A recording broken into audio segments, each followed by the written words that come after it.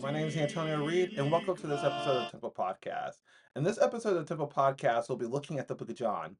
The book of John, of course, is the last of the four gospel narratives. And when I mean last, it comes to us likely between 90 and 100 CE of the first century. So John is appearing to us very late on the scene. And likewise, will have a very different narrative than what we find in the book of Mark, Matthew, and Luke, the synoptic gospels. In John, we'll be presented with the highest Christology in the gospel narrative, and 90% of what we find in John will not be found elsewhere in the gospel text. So, what then does John say about Jesus' baptism for the remission of his sins by John the Baptist in the River Jordan?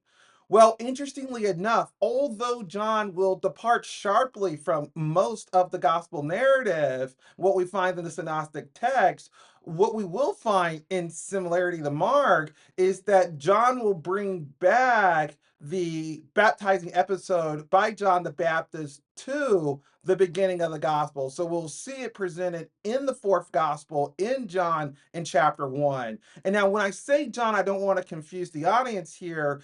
John, according to the church, is written by John, the son of Zebedee.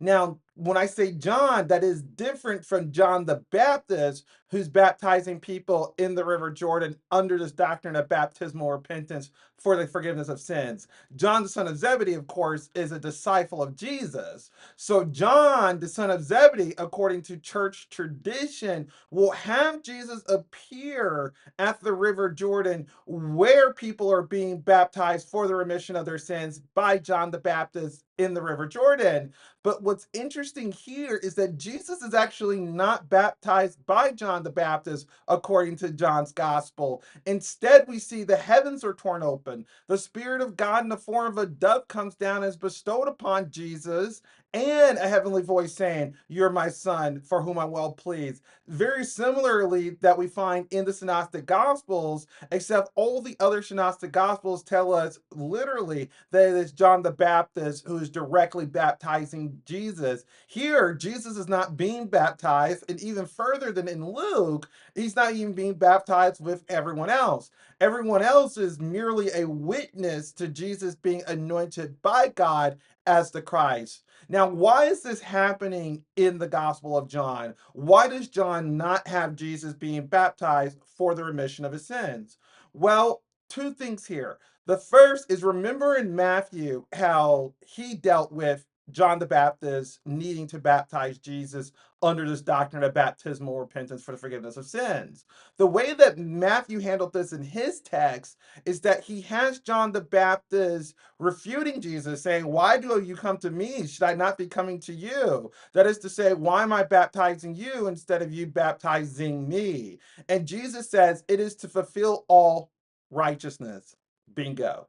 For John, Jesus is well beyond the need for a angelic annunciation or virgin birth. That is to say, part God. Remember, in the Greco-Roman world, Hercules is born of a union between Zeus and a woman.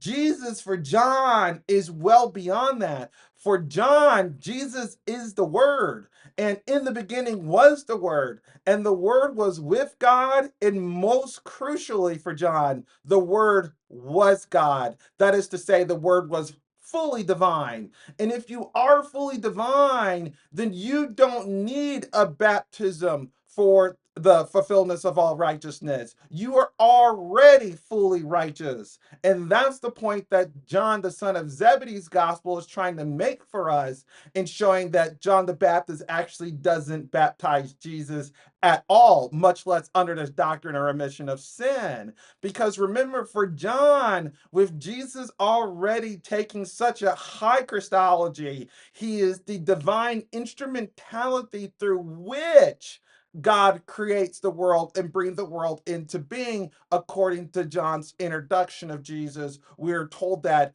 in verses 3 and 4, that it is him, the word, through which God creates the universe, for which God creates creation.